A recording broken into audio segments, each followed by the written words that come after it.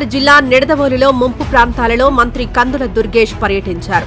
భారీ వర్షాలకు Nidadavolu bus stand, Ganapati centre, Gandhibomma సెంటర్లలో వర్షపు నీరు చేరి ముంపుకు గురికావడంతో రాష్ట్ర మంత్రివర్యులు కందుల దుర్గేష్ వర్షాన్ని కూడా లెక్క చేయకుండా పరిశీలించారు. ముంపుకు గల ప్రధాన కారణాలను తెలుసుకుని తక్షణమే తగు జాగ్రత్తలు తీసుకునేలా మున్సిపల్ అధికారులను, సిబ్బందిని ఆదేశించారు. గత ప్రభుత్వ హయాంలో డ్రైనేజీ వ్యవస్థను సరిగా పట్టించుకోకపోవడంతో ఈ ప్రాంతాలన్నీ ముంపుకు గురవుతున్నాయని, వర్షాలు తగ్గగానే వీటిపై ప్రత్యేక దృష్టి పెట్టి వీటికి శాశ్వత పరిష్కారం చూపించే విధంగా అధికారులు పనిచేయాలని అన్నారు. ఈ వర్షపు నీరు నేర్పిన చేదు అనుభవాలను దృష్టిలో పెట్టుకుని నిడదవోలు పట్టణంలో డ్రైనేజీ వ్యవస్థను మెరుగుపరచాలని మున్సిపల్ అధికారులను ఆదేశించారు. నిడదవోలులోని bus stand, Ganapati centre, Gandhibomma centre, క్రైస్తవ శ్మశాన వాటిక తదితర ప్రాంతాలను మంత్రి కందుల దుర్గేష్ స్వయంగా పరిశీలించారు. ఇప్పుడు మనం ఏ చెరువులో లేవు.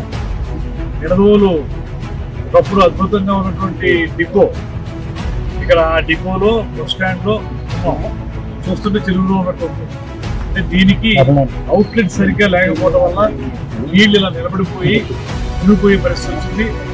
ప్రయాణికులు ఇక్కడ బస్సు ఎక్కాలన్నా కూడా ఇబ్బంది కలిగి బస్సు బయటే ఆపేస్తున్నారు. బస్సుల్ని అక్కడే ఎక్కడం జరుగుతుంది. లోపలికి రావాలంటే ఇదంతా కూడా ఇబ్బందికరంగా ఉంది.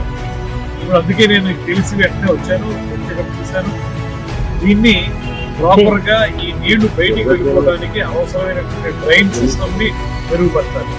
ఇప్పటికిప్పుడు అది అవ్వదు కాబట్టి మున్సిపల్ అధికారులకు నేనేం చెప్తున్నానంటే, ముందు ఏదైతే ఎగ్జిస్టింగ్ డ్రైన్ ఉందో ఆ డ్రైన్ లో సిల్ట్ తీసేసి డీసిల్టేషన్ చేస్తే కొంత వెసులుబాటు వస్తుంది నీళ్లు వెళ్ళడానికి.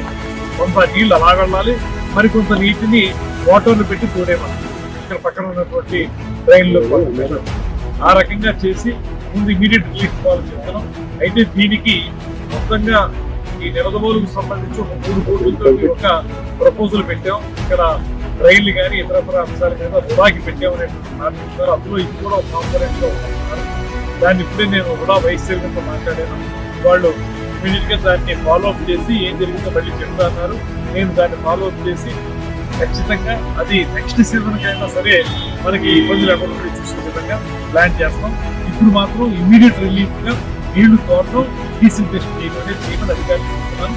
వాళ్ళు వెంటనే వీలైనంత వరకు మోటార్ల ద్వారా ఈ నీటిని బయటకు పంపేలా చర్యలు తీసుకోవాలని, రోగాలు ప్రబలకుండా బ్లీచింగ్ వంటి శానిటరీ పనులు చేపట్టాలని అధికారులను ఆదేశించారు. ఈ వీడియో నచ్చితే లైక్ చేయండి, షేర్ చేయండి. మరింత సమాచారం కొరకు మా ఛానల్ను సబ్స్క్రైబ్ చేయండి.